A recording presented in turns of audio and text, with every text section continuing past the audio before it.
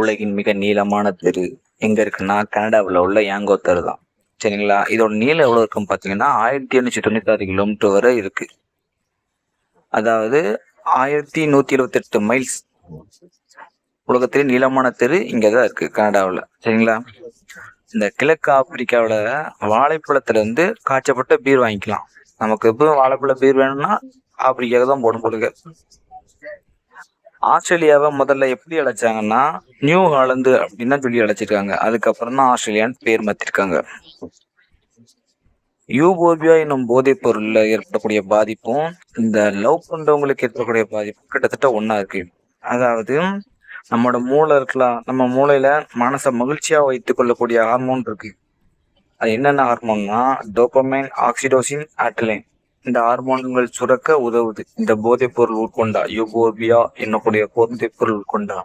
இதே பாதிப்பு லவ் பண்றாங்களா, இந்த காதல் விழுந்தவங்களுக்கும் இது போன்ற ஹார்மோன் மாற்றங்கள் ஏற்படுவதாக யார் சொல்லியிருக்காங்கன்னா செக்சுவல் மெடிசன் என்ற ஜேர்னல்ல குறிப்பிட்டு சொல்லியிருக்காங்க.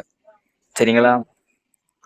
இந்த பூனைகள் தங்களோட வாழ்நாள்ல 66% தூங்கியே செலவற்றுறது. சரிங்களா? இந்த கணவன் மனைவி சண்டைக்கு முதல் காரணம் வகிப்பது எதுன்னா பணம் தான். இந்த உண்மையை தெரிஞ்சுக்கோங்க. மின்னல் தாக்கும் போது 30,000 டிகிரி செல்சியஸ் வரை இருக்கும் என்ற உண்மை உங்களுக்கு தெரியுமா?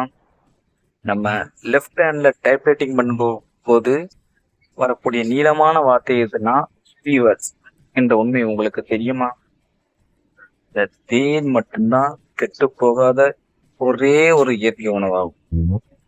இந்த உண்மை உங்களுக்கு தெரியுமா? எரிமலை இல்லாத ஒரே கண்டம் ஆஸ்திரேலியா. இந்த உண்மை உங்களுக்கு தெரியுமா? இது போன்ற மீண்டும் பல சுவாரஸ்யமான உண்மைகளை பற்றி அறிந்து கொள்ள நம்முடைய சேனலை சப்ஸ்கிரைப் பண்ணுங்க. Thank you viewers.